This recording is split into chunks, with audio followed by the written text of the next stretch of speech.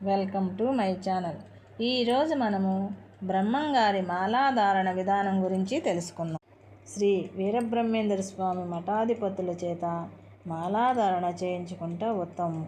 అందుకు వీలు కానిచో 3 సార్లు దీక్ష పాటించిన బ్రహ్మంగారి చేత మాలాధారణ చేయించుకొనవచ్చును.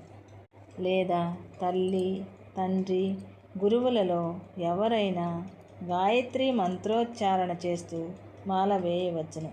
మాల ధరించిన వారు శ్రీ మాతా గోవిందమాంబ సమేత శ్రీ వీరబ్రహ్మేంద్ర స్వాముల వారి పాదసాక్షిగా ఈ దీక్షా నియమాలను మనస, వాచ, కర్మణ త్రికరణ శుద్ధిగా పాటిస్తాను అని ప్రమాణం చేయవలెను.